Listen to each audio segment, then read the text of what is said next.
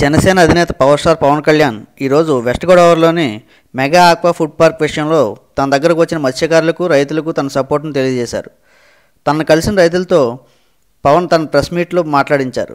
Godavari delta ప్రాంతంలో aqua food park పెట్టడం వలన వారికి జీవనాధారమైన గొంతేరు కాలువ కలుషితమవుతుందని, వారి జీవనాధారాన్ని కోల్పోతున్నామని వారు తెలియజేశారు.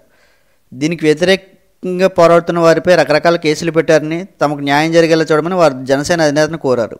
పవన్ కళ్యాణ్ మాట్లాడుతూ 30 రోజులుగా 144 సెక్షన్ మహిళలపై కేసులు, అరెస్టులు జరుగుతున్న టీడీపీ గవర్నమెంట్ ఎందుకు పట్టించుకోలేదు అని ప్రశ్నించారు.